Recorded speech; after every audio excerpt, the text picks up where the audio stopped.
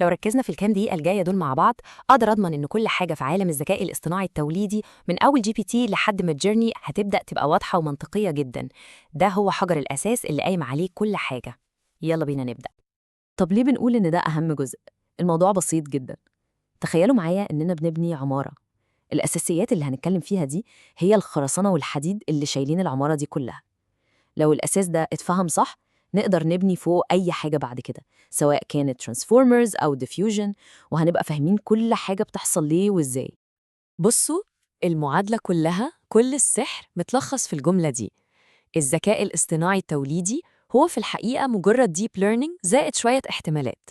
يعني لما بنشوف موديل بيهلوس أو بيطلع كلام مش منطقي أو بيكون مش مستقر، السبب مش حاجة غريبة. السبب دايما بيرجع للأساسيات دي اللي هنشرحها دلوقتي.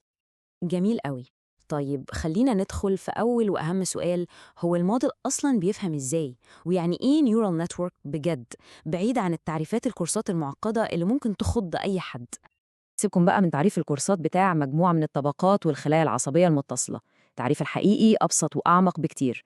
النيورال نتورك هو مجرد دالة رياضية، فانكشن يعني، كل وظيفتها في الحياة إنها تحاول تفهم شكل الداتا عامل إزاي وتقربه.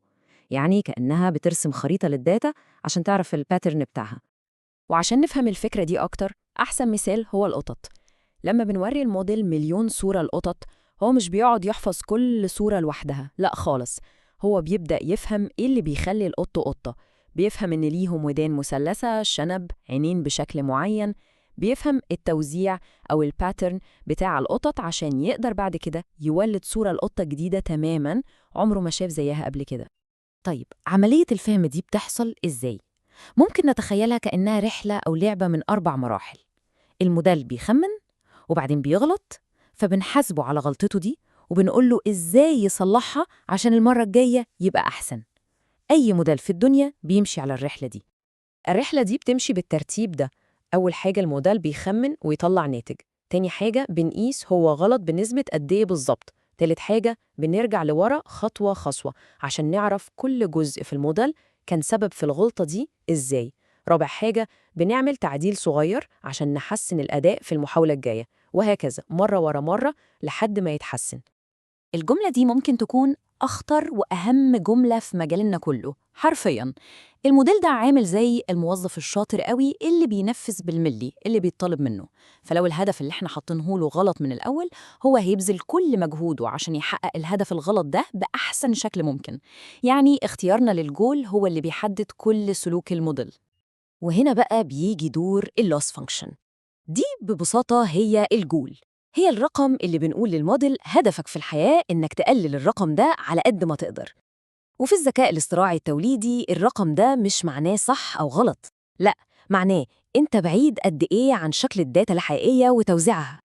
وعشان كده هنلاقي إن في أنواع مختلفة من اللوس، كل نوع فيهم بيجاوب على سؤال مختلف خالص.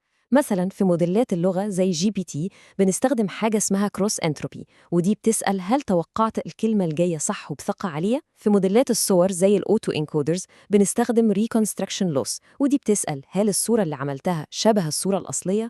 وفي موديلات الديفيوجن بنسأل هل نجحت إنك تشيل التشويش من الصورة بشكل صحيح. طيب عرفنا الغلطة، حلو قوي. هنصلحها إزاي؟ هنا بيجي دور البطل بتاعنا، الباك بروباجيشن. وده مش سحر ولا حاجة، دي عملية منطقية جدا، عملية محاسبة. بنمسك رقم الغلطة ده ونرجع بيه خطوة خطوة جوه الشبكة، ونقول لكل جزء أنت كنت سبب في الغلطة دي بنسبة كذا، فمحتاج تعدل نفسك. طب والتعديل ده بيحصل إزاي بالظبط؟ عن طريق حاجة اسمها gradient descent. عشان نتخيلها فكروا فيها كده. لو حد واقف على قمة جبل ومغمي عينيه ومطلوب منه ينزل لأوطى نقطة في الوادي، هيعمل إيه؟ طبيعي هيبدأ يحس الأرض برجله ويشوف أكتر حتة منحدرة لتحت ويمشي فيها. هو ده بالظبط اللي الجريدينت بيعمله. بيقول للموديل أكتر طريق مختصر عشان تقلل غلطتك هو الاتجاه ده. طبعاً رحلة التعلم دي مش دايماً سهلة، وفيها مطبات ومشاكل كتير بتقابل أي حد بيدرب موديل. خلينا نشوف أشهر مشكلتين وإزاي بنتعامل معاهم. أول مشكلة بتقابلنا دايماً هي سرعة التعلم أو learning rate. لو السرعة دي عالية زيادة عن اللزوم، الموديل هيفضل يتنطط حوالين الحل الصح وعمره ما هيوصله. ولو بطيئة قوي هياخد وقت طويل جدا، يمكن شهور عشان يتعلم حاجة بسيطة. الحل إيه؟ بنستخدم أدوات ذكية زي الأدم أوبتمايزر اللي بتشتغل زي سواق محترف بيظبط سرعة العربية لوحده على حسب الطريق. المشكلة التانية ودي الأخطر هي التوازن بين إنه يفهم وإنه يحفظ. الأوفر فيتنج ده زي الطالب اللي صمم المنهج حفظ، فلو جاله سؤال مختلف شوية بيقف. في عالم الذكاء الاصطناعي التوليدي ده بيخليه يفضل يكرر نفس الحاجات ومفيش أي إبداع. الظاهرة دي ليها اسم مهم قوي، مود كلوبز. والناحية التانية بقى الأندر فيتنج، ده الطالب اللي ما ذاكرش أصلاً. الهدف دايماً هو توازن. طب إزاي بقى نضمن إن الموديل ما يبهللش؟ يعني إزاي نخليه يفهم بجد وما يحفظ؟ بنستخدم شوية تكنيكات اسمها regularization. الفكرة كلها إننا بنصعب عليه الدنيا شوية، زي مثلا إننا نخبي أجزاء من الداتا وهو بيتدرب، ده اسمه drop out، أو نغير في ألوان وأبعاد الصور، وده اسمه data augmentation. كل ده عشان نخليه مرن أكتر. في عالم الجن AI الهدف من كل ده هو زيادة التنوع في المخرجات. وبكده نكون شفنا القصة الكاملة لرحلة تعلم أي موديل، من أول ما كان بيحمن بشكل عشوائي لحد ما وصل لحل كويس، وشفنا المشاكل اللي بتقابله في النص. تعالوا نلخص أهم النقط اللي قلناها. لو في جملة واحدة بس هنطلع بيها من الشرح ده كله تبقى هي دي: الذكاء الاصطناعي التوليدي مش سحر، هو مش وعي، هو ببساطة شديدة عملية optimization، يعني عملية تحسين مستمرة على توزيعات احتمالية، كلها رياضيات وهندسة في الآخر. ودي الخلاصة في كام نقطة سريعة عشان تثبت في دماغنا. أولاً، الموديلات بتتعلم توزيعات مش إجابات حافظاها. ثانياً، اللوس فانكشن هي اللي بترسم شخصية الموديل. ثالثاً، الباك بروباجيشن هي اللي بتخليه يتعلم من غلطه. رابعاً، اللعبة كلها اسمها optimization. وأخيراً، لازم نبقى عارفين إن تدريب الموديلات دي بطبيعته عملية متقلبة ومش سهلة. تمام. بعد ما فهمنا الأساس المتين ده كويس، إيه الخطوة الطبيعية الجاية اللي المفروض نعملها عشان نكمل في المجال ده؟ الخطوة الجاية إننا ناخد كل الأساسيات دي ونشوف إزاي اتطبقت عشان تبني واحدة من أهم وأقوى الاختراعات في المجال ده، الترانسفورمرز. بعد ما فهمنا كل ده، الموضوع هيبقى ممتع وسهل. مستعدين للمرحلة اللي بعدها؟